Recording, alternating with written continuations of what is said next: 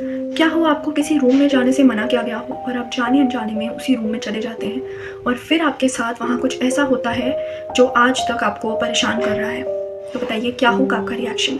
ऐसे ही कुछ हुआ सौम्या के साथ। 2015 में सौम्या अपने नर्सिंग की पढ़ाई कर रही थी और इसी बीच उन्होंने एक इंटर्नशिप के लिए अप्लाई किया था और फॉर्चुनेटली उनकी जो इंटर्नशिप एप्लीकेशन थी वो एक्सेप्ट कर ली गई थी। अब सौम्या के जो पहले और दूसरे दिन थे वो बहुत ही सही गए, पर फिर आता है तीसरा दिन जहाँ पर उनको नाइट शिफ्ट मिली थी और उनके सीनियर ने उन्हें स्पेशली बोला था कि रूम नंबर 217 में मत जाना। उन्होंने इस बात को बहुत ही कैजुअली लिया था क्योंकि रीज़न बताया गया था कि वो रूम अंडर मेंटेनेंस है। तो सौम्या ने बोला ठीक है सर, मैं नहीं जाऊँगी। अब सौम्या ज्वाइन करती हैं 7 बजे से लेकर के सुबह 5 बजे वाली शिफ्ट को। 7 से 12 कब बजते हैं सौम्या को खुद नहीं पता चलता, वो इतनी ज़्यादा बिजी हो गई थी।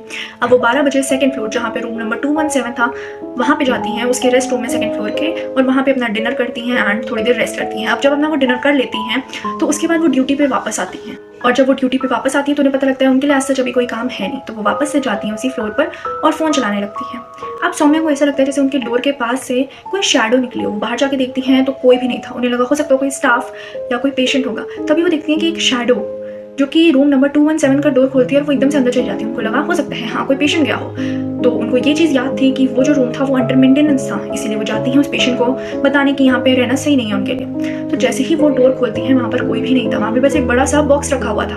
उनको लगा हो सकता है पेशेंट वहाँ ना हो, तो वो जाती हैं जब चेक करती है तो वहाँ पर भी कोई नहीं था। लेकिन एकदम से उस रूम का दरवाज़ा बंद हो जाता है। ये देखकर सौम्या की हालत बहुत ख़राब हो जाती है। वो तुरंत उस डोर के पास जाती है, उसको खोलने की कोशिश करती है पर वो डोर नहीं खुल रहा था।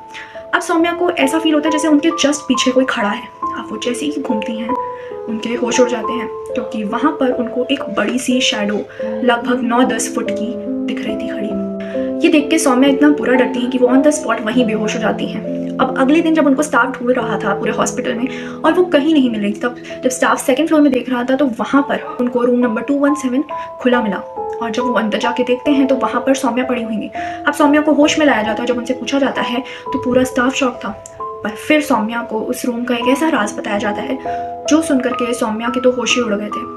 सौम्या को बताया जाता है कि उस रूम में लगभग 5 लोगों ने सुसाइड किया था और उन सब ने मरने से पहले एक ही चीज़ बोली थी कि उनको अपने सपने में कोई एक ऐसा इंसान दिख रहा है जो कि 9 से 10 फुट का है, उसकी शैडो जो कि उनको उसके साथ जाने के लिए बोल रही है। ये सुन के तो सौम्या के जैसे होश ही उड़ गए। सौम्या ने तुरंत वो हॉस्पिटल छोड़ दिया। उन्होंने अपनी इंटर्नशिप नहीं कंप्लीट करी, पर आज तक सौम्या के साथ ऐसा कुछ तो नहीं हुआ जो उनको सुसाइड करने पर मजबूर करे, पर वो इंसान उनको आज तक सपने में दिखता है। पर सौम्या ने बताया कि वो भगवान में इतना ज़्यादा विश्वास रखती हैं कि उनको ये चीज़ उतनी अफेक्ट नहीं कर पाई जितनी उन 5 लोगों को कर गई।